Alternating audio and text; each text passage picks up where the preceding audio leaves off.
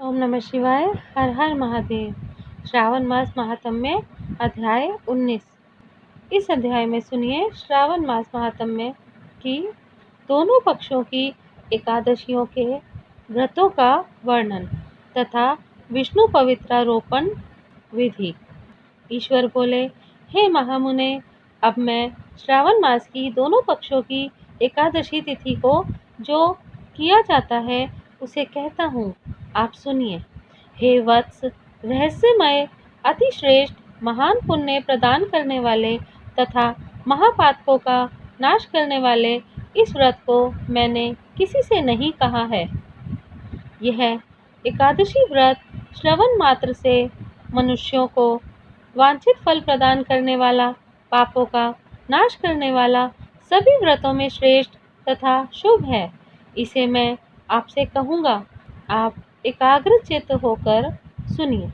दशमी तिथि में प्रातःकाल स्नान करके शुद्ध होकर संध्या आदि कर लें और वेद वेता, पुराणज्ञ तथा जितेंद्रिय विप्रों से आज्ञा लेकर 16 उपचारों से देवादिदेव भगवान का विधिवत पूजन करके इस प्रकार प्रार्थना करें, हे पुंडरीकाक्ष, मैं एकादशी को निराहार रहकर दूसरे दिन भोजन करूंगा।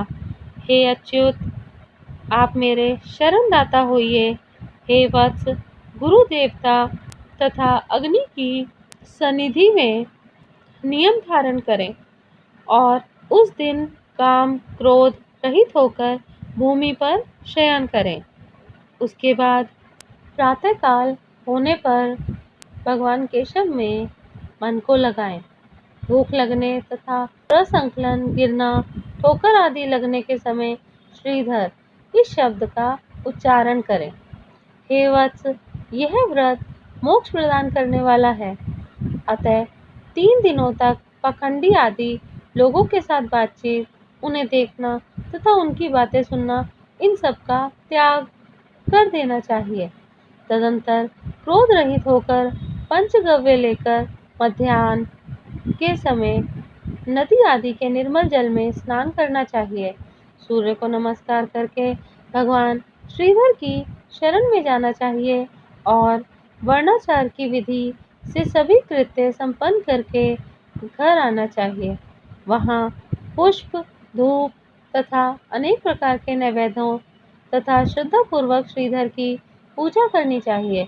उसके बाद सुवर्णमय पंचरत्न युक्त श्वेत चंदन से लिप्त तथा 2 वस्त्रों से आच्छादित कलश को स्थापित करके और शंख चक्र गदा युक्त देवादिदेव श्रीधर की प्रतिमा स्थापित कर उनकी पूजा करके गीत वाद तथा कथा श्रवण के साथ रात्रि में जागरण करना चाहिए। इसके बाद विमल प्रभात होने पर द्वादशी के दिन विधिवत पूजन करके कृतकृत्य होकर बुद्धिमान को चाहिए कि श्रीधर नाम का जप करे। उसके बाद उन शंख चक्र तथा गदा धारण करने वाले देव देवेश श्रीधर की पुनः पूजा करें और सुवर्ण दक्षिणा सहित कलश ब्राह्मण को प्रदान करें। उस समय ब्राह्मण को विशेष करके नवनीत अवश्य प्रदान करें। इस प्रकार प्रार्थना करें, भगवान श्रीधर, आज आप मुझ पर प्रसन्न हो और मुझे अति उत्तम लक्ष्मी प्रदान करें। हे मुनि श्रेष्ठ, इस प्रकार उच्चारण करके जगत गुरु श्रीधर से प्रार्थना करके श्रेष्ठ ब्राह्मणों को भोजन कराकर अपने सामर्थ्य अनुसार दक्षिणा देनी चाहिए। उसके बाद सेवकों आदि को भोजन कराकर गायों को घास खिलानी चाहिए। इसके बाद मित्रों तथा बंधु बांधवों समेत स्वयं भोजन करना चाहिए। हे सनत कुमार, मैंने आपको यह श्रावण मास की शुक्ल पक्ष की एकादशी व्रत विधि बतला दी। इस प्रकार कृष्ण पक्ष की एकादशी में भी करना चाहिए। दोनों व्रतों में अनुष्ठान समान है, केवल देवताओं के नाम में भेद है।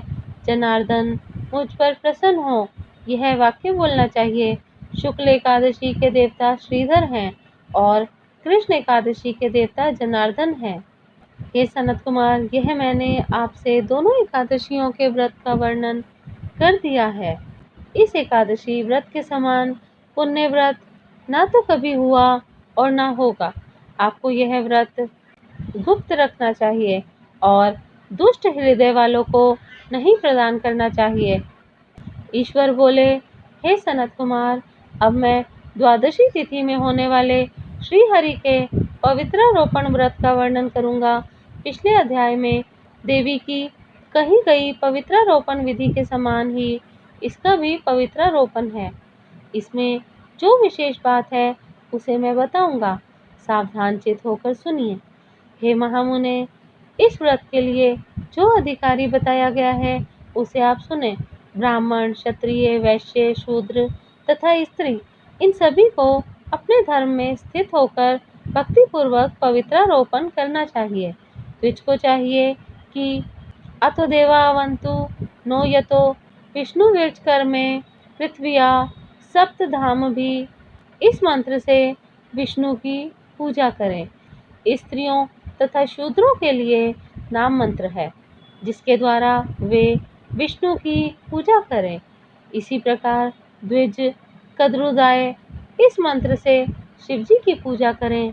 स्त्रियों तथा शूद्रों के लिए नाम मंत्र है जिसके द्वारा वे शिव जी की पूजा करें। सतयुग में मणिमय, त्रेता में सुवर्णमय, द्वापर में रेशम का और कलयुग में कपास का सूत्र पवित्रक के लिए बताया गया है।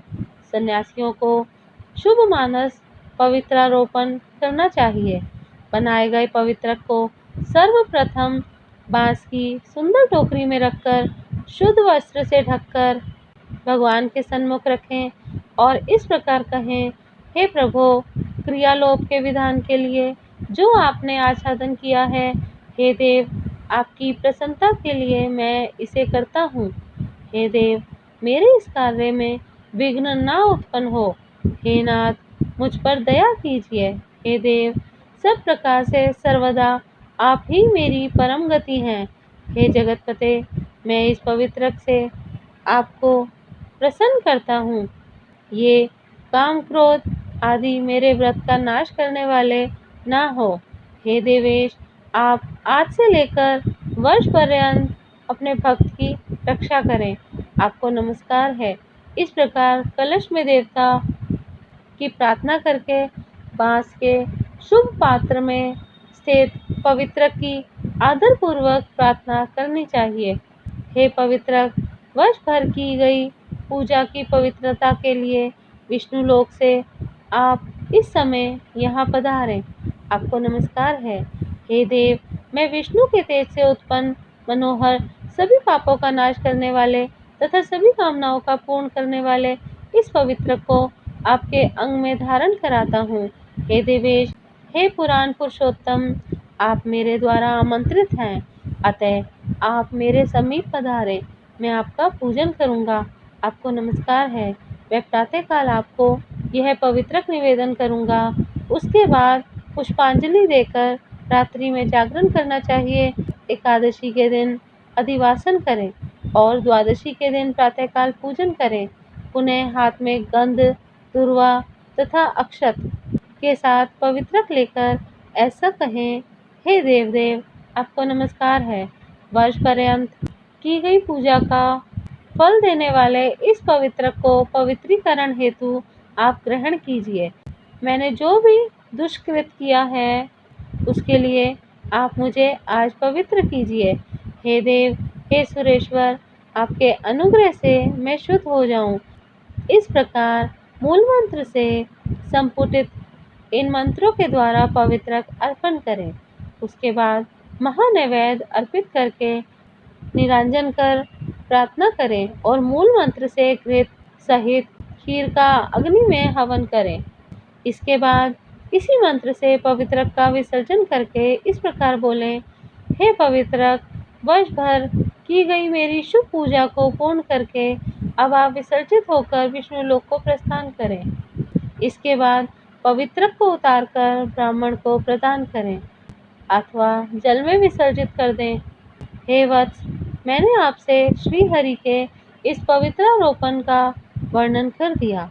इसे करने वाला इस लोक में सुख भोगकर अंत में वैकुंठ धाम को प्राप्त करता है।